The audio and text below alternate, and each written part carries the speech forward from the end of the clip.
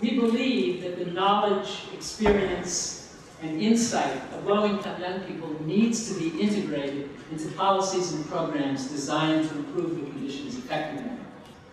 The members of this council have faced and transcended those conditions and risen into positions of leadership.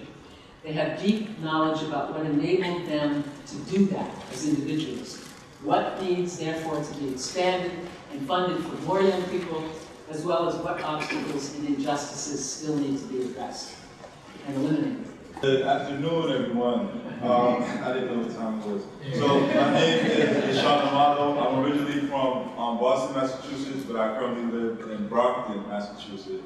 So I'll just start off by saying that I'm a proud graduate of UPL Brockton, and I completed the program. I just finished my bachelor's degree in criminal justice at UMass Boston. As I mentioned, CJ is a topic near and dear to my heart, so I kind of want to express some issues that I have, or some things that I believe need to be changed. And then I'll tie in the recommendation. So what's my issue? So currently the United States locks up more men and women than any other nation. There are roughly 2 million people in the prison system today. So we're quick to lock them up, but we forget that they have to come back to the community. Of the total population, only 10% are doing life sentences, which means that 90% of people who are locked up have to come back to the community. Some of the primary goals of the criminal justice system is rehabilitation and community safety. But if 2/3 of those released are going right back, how are we meeting that mark?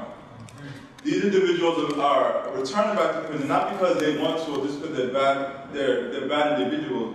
They're returning because there are diverse needs that are going unmet, including access to housing, access to mental health and substance abuse, access to employment, access to education, all the necessary support systems to the successful transition back into society. They're deprived of. So therefore, the council recommends that we reform the criminal justice system. How we should do that, we should end the pipeline of prison.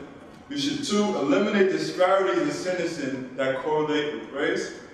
And 3rd, we should expand second chance and reentry programming for ex-offenders. I read a study, some of you may know, the first 48 hours of release are the most paramount moment for an individual release and is a predictor of their reentry back into society, successful reentry. Me, myself, I was not formally in prison, but I started a suspended sentence, and I carried the stigma of having a criminal record. Once I got that record, society turned its back on me. I was deprived of employment. I was kicked out of the public school system. I wasn't able to apply for housing. But UPhil was there to take me in. UPhil provided me the training I need to get to the vocational end. It provided me the education I need to decide to go to college. It provided that pathway. And because UPhil provided that pathway, I've been able to go on to the University of Massachusetts and get my bachelor's and now working on getting my master's. But if they were not there to hold me and carry me, when the rest of society disowned me, then there would be I wouldn't be speaking to you today. I just want to, you guys, how can we help support this? So currently, in respect to ending the pipeline in prison, especially for opportunity, I want to kind of highlight an act that is currently looking to be reauthorized to help opportunity youth. And that is the Juvenile Justice and Delinquency Prevention Act. Did I get that right? I don't get touched on. Yes, okay. So I want to highlight that act because it is directly aligned with a lot of the recommendations that I have mentioned earlier. Just to give you guys just a little bit of history. So it began in 1974. They're just now celebrating the 40th anniversary, which was last month. And I actually was able to sit in on my first state advisory meeting with the group that's responsible for enforcing the requirements of that act. So the 4 requirements of that act are 1, to deinstitutionalize status offenders, meaning not locking up kids for offenses that they wouldn't get arrested for as an adult, for running away or truancy. So they're essentially being locked up for being kids. I mean, I ran away. I didn't get arrested for it, but these are normal things. So we want to deinstitutionalize those status offenses. Secondly, we want adult jail and lockup removal. We don't want children being incarcerated with grown men, grown criminals, who are teaching them to be better criminals. So we want to separate the two. But when I was in my recent SAG meeting, they were telling me, we don't have the capacity to do that. So if there is an instance, the third recommendation is the sight and sound separation. If there are instances where they do have to be in the same building, they cannot be within sight or sound of each other.